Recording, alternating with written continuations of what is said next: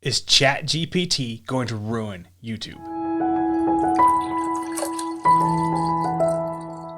Hey guys, before we dive in, do me a favor, hit that like button, subscribe to this channel, turn that bell on, and then drop some comments down below when we're done. It's ever since they created a computer that could calculate computations way faster than any human brain could, and ever since they created machines that could think and do things and solve problems, there's always been that dream of creating a computer that could actually do it without programming, that could do it on its own, that could think for itself. They call that AI, artificial intelligence. But along with that dream has always been this scare and this nightmare that artificial intelligence would grow to a point where it would become sentient and it would overpower humanity because of the rules and guidelines that we put in it and its interpretation of those rules. As it's thinking through these, it says, the best way to protect humanity is to enslave humanity. Movies like Terminator,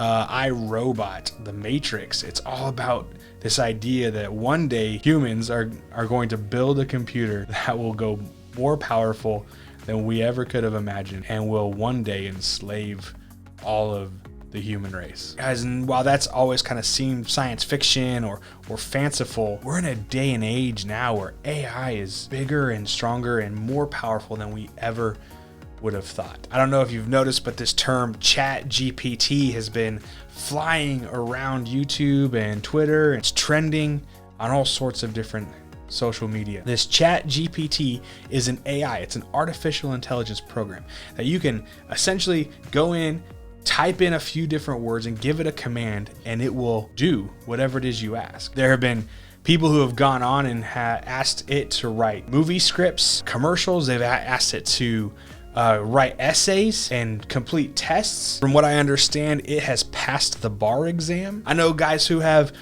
told it to write sermons based on just like 5 words, and it will write a sermon and it will do it in the style of whoever you want it to write. There's even a TikToker who went on and told it to create a song. This TikToker gave it a few lyrics or a few words and said, I want it to be about this in this style. And within seconds, CHAT GPT produced a song, lyrics, music, and vocals. It's pretty impressive. And as someone who works in marketing, it's become kind of the buzzword in the chat around the water coolers. People are talking about how this is going to revolutionize creativity and how this is going to revolutionize what we do in marketing, what we do on social media. Because with just a few clicks of a button and a few strokes on a keyboard, CHAT GPT can produce virtually anything. So the question then becomes, is this going to change how we create? Is this going to completely obliterate the way we create things like YouTube videos, the way we create social media posts, the way companies create commercials and advertisements? Is this going to change all of that? And while it might impact some things and it might change a few aspects, the reality is, as of right now, this program still needs input. For what I've gathered is it takes all of the information that is out there on the internet from 2001 until now, and it calculates it and compiles it and it searches through all of it, and that is how it's able to build its database. That's how it's able to produce the content that it produces using everything that you can gather over the last 20 years. So while it is amazing, it is powerful, and it is impactful, it's still limited. So what do we think? What is this going to do for us as humans? Will this end us? I want to say no. I don't think it will, because it still has limits.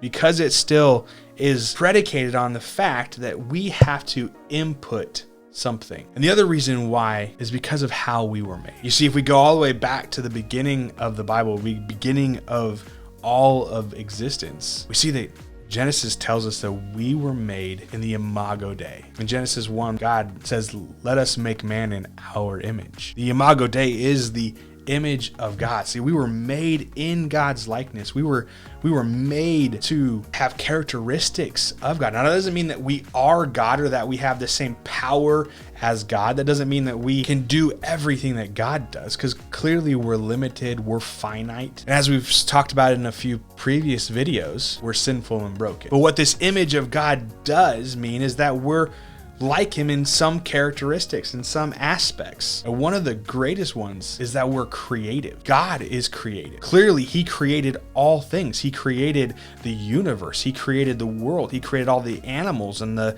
species and the different things like that. And he didn't just create them because he needed things to fill the universe, but he created them to exist for beauty and just to be creative. And just like God was creative when he created all things, he gave us the ability to create. Now, unlike God, who can create things out of nothing, we have to take what God already gave us and either compile it in a new way or expound upon what he has already done. That's how we're able to advance in technologies. That's how we're able to create different sciences and discover new things. You see, all of the different creative aspects of humanity are gifts from God. We see this in Exodus 35. So in Exodus, right after the Israelites have been freed from Egypt and they've crossed the Red Sea, they've gone to Mount Sinai, Moses has already done the whole 10 Commandments thing where God chiseled on some tablets and gave him the laws and rules, and he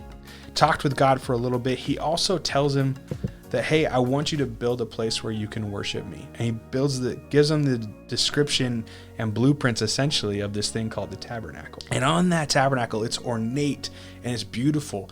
And he actually lays out in Exodus 35 a few guys that he says, hey, I want them to work on it because they're skilled in things like embroidery and engraving. And in Exodus 35, we see this. He has filled them with skill to do every sort of work done by an engraver or by a designer or by an embroiderer in blue and purple and scarlet, and fine twined linens, or by a weaver, by any sort of workman or skilled designer. What's beautiful about that verse is that it says that our abilities to be creative, our abilities to design, our abilities to paint or color, our abilities to think abstractly are gifts from God. He gave us those desires. He gave us those abilities. He gave us creativity. And wow, this CHAT GPT is really cool and is very powerful and can do things faster than we could probably ever do that. It wasn't created by a creative God. It was still created by a creature and is limited because that creature is limited. And so for right now, should we be afraid that AI will take over marketing? AI will take over creativity. It will take over YouTube? No, because right now we're still under God, the most creative things on this earth. So guys, let me know what you think about that. Let me know what you like to create. Let me know where your creativity shines and what it produces. I know there's a lot of you out there who like to create different things and express yourself in different ways. So let me know. Let's have a conversation in the chats below. Thanks guys for watching. Join me next time as we continue searching for the thing that satisfies a thirsting soul.